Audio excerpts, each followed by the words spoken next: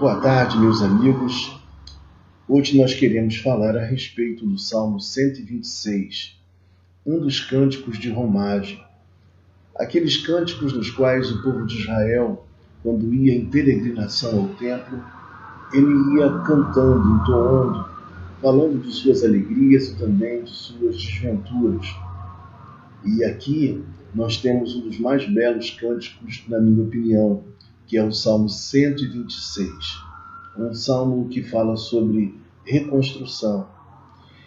E se eu tivesse que colocar um título nesta mensagem, eu colocaria: Estou voltando para casa.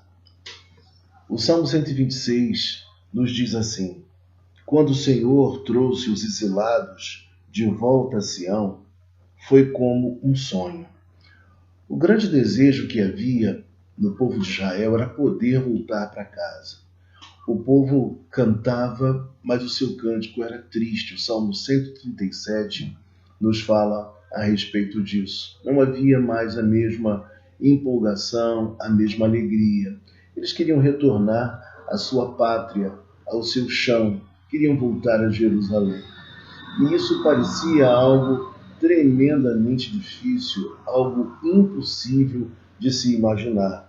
Portanto, o texto diz no verso 1, quando o Senhor trouxe os exilados de volta a Sião. Que coisa maravilhosa é poder voltar para casa.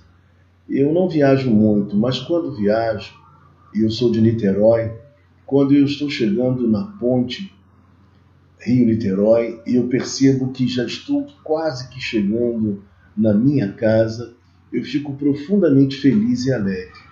Por mais que os lugares que eu tenha visitado sejam lugares bonitos, mas voltar para casa sempre é muito bom e maravilhoso. Imagine você, no momento no qual o povo de Israel estava preso, ele estava detido no exílio. E ter a oportunidade de voltar para casa era aquilo que eles mais desejavam. Era a realização de um grande sonho. E o texto nos diz na sequência, no versículo de número 2, da seguinte forma: Nossa boca se encheu de riso e cantamos de alegria. O povo estava num êxtase total. Com essa boa notícia, o povo, além de sonhar, como disse o versículo 1, no versículo 2 nos mostra que eles estavam profundamente alegres e cantando de maneira jubilosa. É bom frisar também que esses são aqueles momentos que, a semelhança do verso 1, que diz que eles ficaram como quem sonha, são aqueles momentos na vida que, depois de passarmos por grandes dificuldades, por agruras, e um novo tempo se inaugura em nossa vida, e nós ficamos como que a sonhar. E na minha época, quando eu era garoto, quando muita coisa boa acontecia ao mesmo tempo, a gente pedia assim: me belisca para ver se é verdade, toca em mim, me belisca para ver se realmente eu não estou sonhando, porque é maravilhoso demais o que está acontecendo. E para eles, um novo tempo estava se inaugurando. Era a melhor notícia em 70 anos de exílio.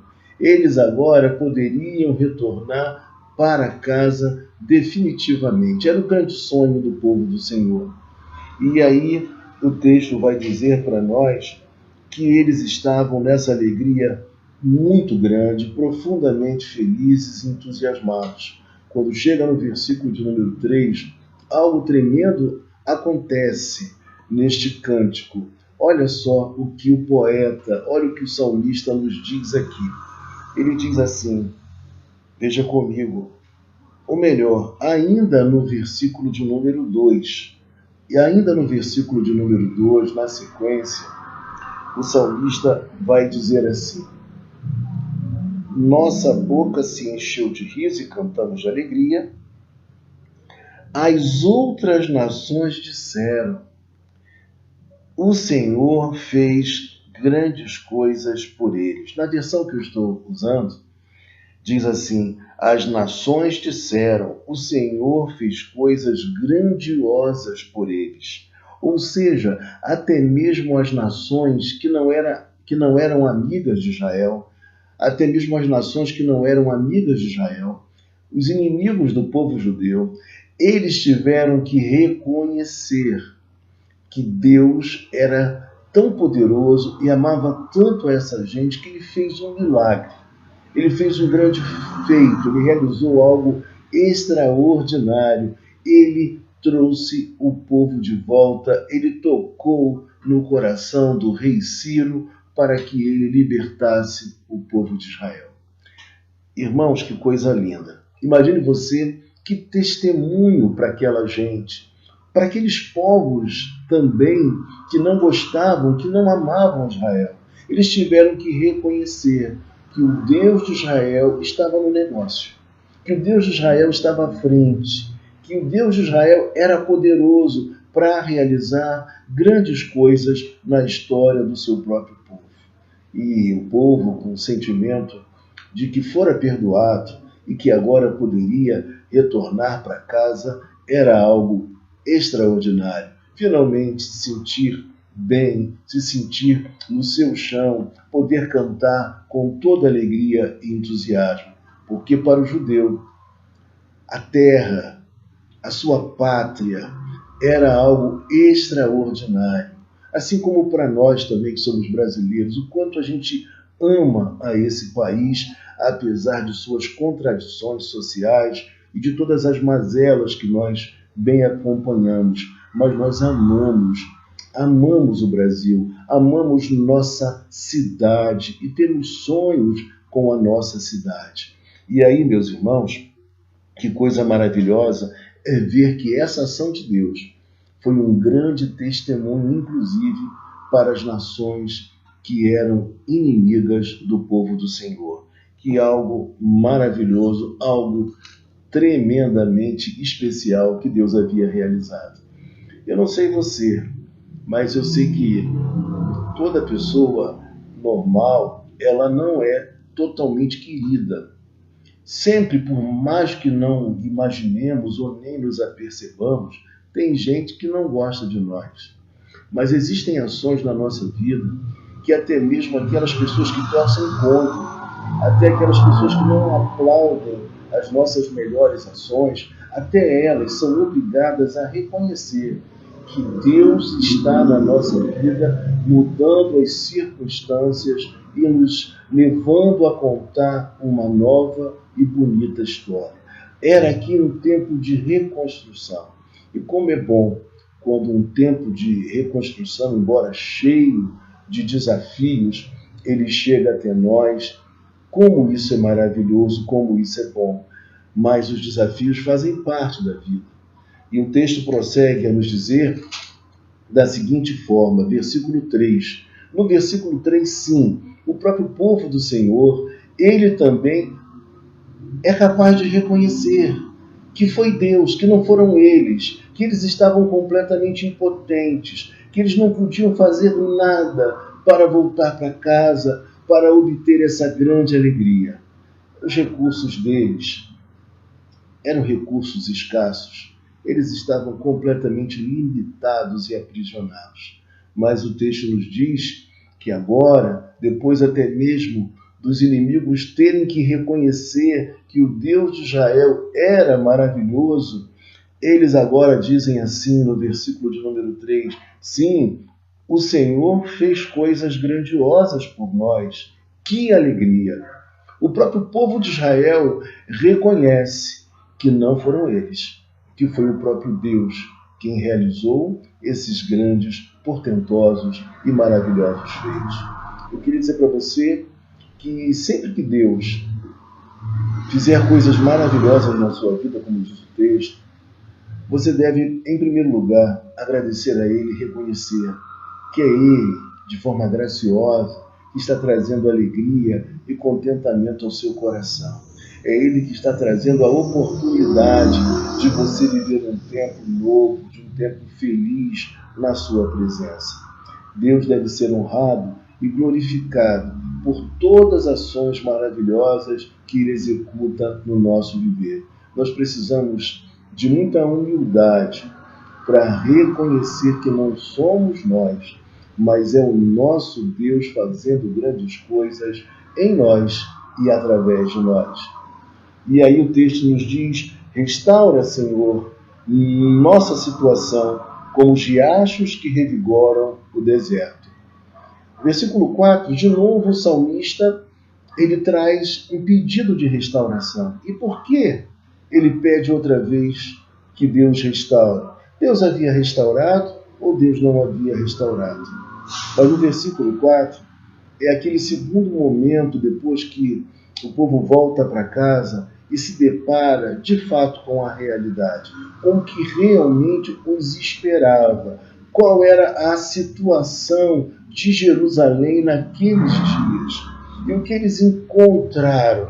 Eles encontraram casas derribadas, eles encontraram gente vivendo uma grande pobreza, eles viram ainda que o solo estava completamente imprestável para o plantio. Tudo isso requeria uma grande força que eles próprios não poderiam encontrar em si. Eles precisariam outra vez da restauração, da força, da renovação que só Deus pode produzir, para que agora eles trabalhassem com muito afinco, com muito amor, para refazer aquela realidade que era extremamente precária. E nesse verso ainda, o texto nos diz que o salmista pede que esta restauração seja semelhante aos momentos em que a água descia e as torrentes de água enchiam os ribeiros, e o deserto que até então estava árido e seco, ele era de fato inundado, e as margens do rio desse deserto obviamente renascia, reflorescia a vegetação, estava de volta à vida. Eles pedem que metaforicamente a mesma coisa acontecesse aqui, que Deus fizesse na vida deles uma restauração semelhante à que acontecia no deserto do Negueb, quando as torrentes de água banhavam o leito, ou seja, produzir vida. Eles precisavam produzir vida. Eles precisavam produzir vida. E é isso que o texto nos fala.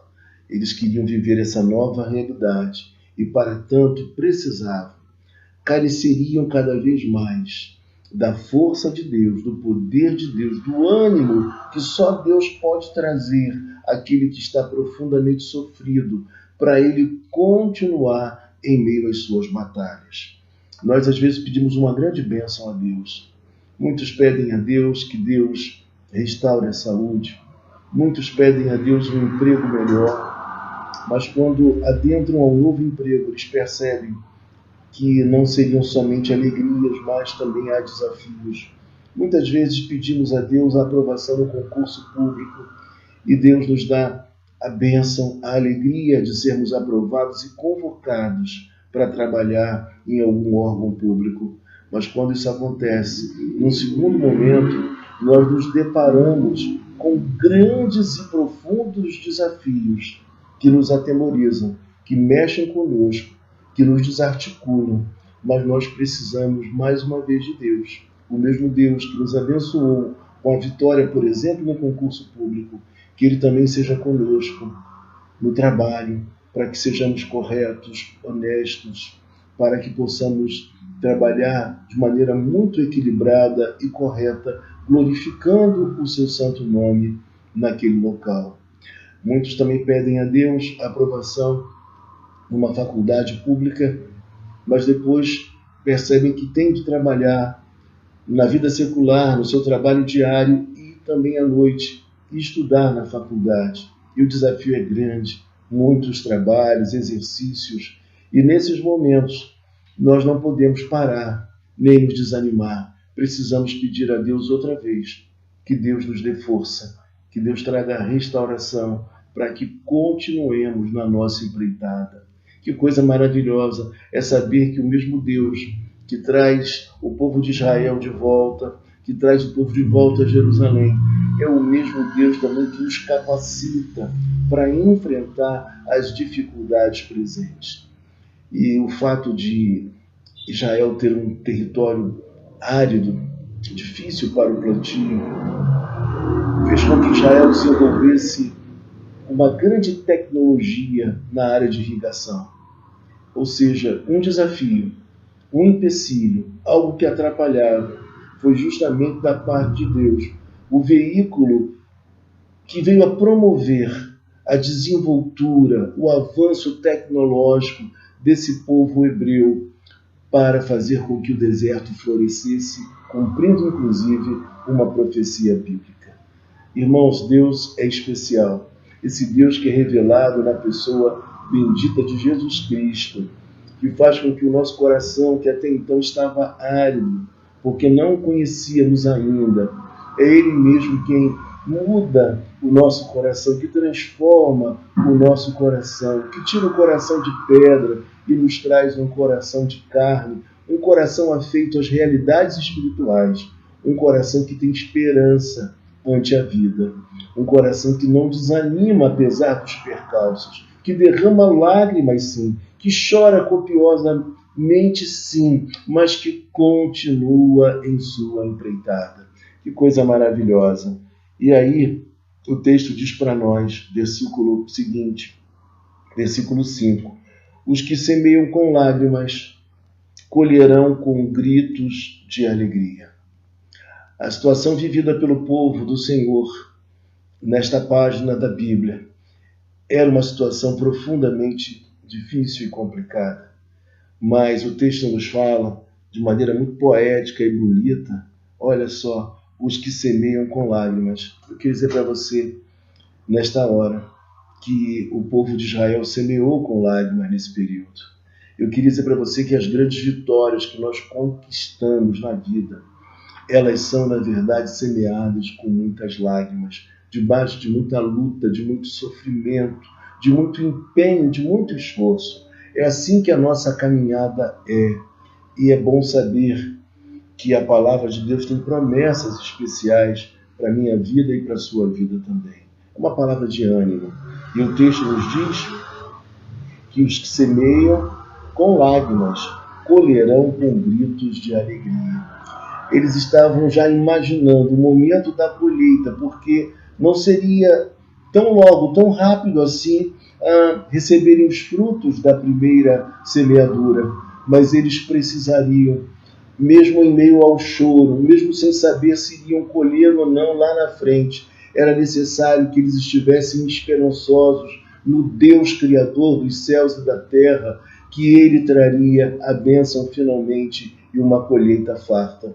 Eu quero dizer para você que tem se desanimado em meio aos seus sonhos, à sua caminhada, tanto a sua caminhada cristã, como também seus objetivos na vida. Eu quero te dizer nesta hora, não desanime, continue, persevere, ainda que bata uma dúvida em sua mente. Será que eu irei colher depois de tantos anos de estudo, depois de tanto tempo me dedicando? Será que algo bom vai acontecer lá na frente? Eu quero te dizer nesta hora, a Bíblia nos diz e nos assevera que essa colheita virá. Quem planta, quem na verdade semeia com os melhores propósitos, quem faz isso com muito temor diante de Deus e querendo glorificar o nome do Senhor, ele vai colher. Mais cedo ou mais tarde, o fruto do seu próprio trabalho, de sua coerência de vida, de sua dedicação. Que coisa gloriosa é o que Deus faz na nossa vida. Deus faz grandes coisas. E aí, meus irmãos, o texto fala que essa colheita será com alegria. Que coisa linda! Gritos de alegria. O texto aqui na versão NVT tenta expressar que essa alegria não é uma alegria contida, não é uma alegria pequenina, mas é uma alegria muito profunda, é uma alegria de júbilo mesmo, a expressão seria jubilosa, de uma alegria intensa depois da restauração, depois da colheita dos primeiros frutos do nosso trabalho, da nossa dedicação. Que você, pelos olhos da fé, possa contemplar esses momentos que hão de chegar na sua vida. E para nós finalizarmos, o texto ainda nos diz: choram enquanto lançam as sementes, mas cantam quando voltam com a colheita. E o nosso maior desejo é que quando você retornar lá na frente, daqui a algum tempo, quando você estiver retornando dessa batalha toda, dessa empreitada, dessa dedicação, de anos de estudo, de virar a noite estudando, de trabalhar ainda recebendo recursos pequeninos e aos poucos ir crescendo, eu quero te dizer que quando você voltar, você vai voltar com a mais profunda alegria. E em suas mãos estarão os frutos, não do trabalho de outro, mas estarão os frutos do seu próprio trabalho, da sua dedicação, da sua conquista em Deus. Que Deus possa nos fortalecer cada dia mais e que voltar para casa seja, metaforicamente, voltar cada vez mais para os braços maravilhosos de Jesus Cristo. É ter nossa jornada aqui na Terra até nós adentrarmos a eternidade com muita coerência, glorificando o nome do Senhor, fazendo grandes coisas para a sociedade, para a igreja, para o reino de Deus, com muito entusiasmo e beleza, porque Deus, por certo, há de se agradar da sua vida e da minha vida também. Que Deus te abençoe grandemente, em nome de Jesus Cristo. Amém.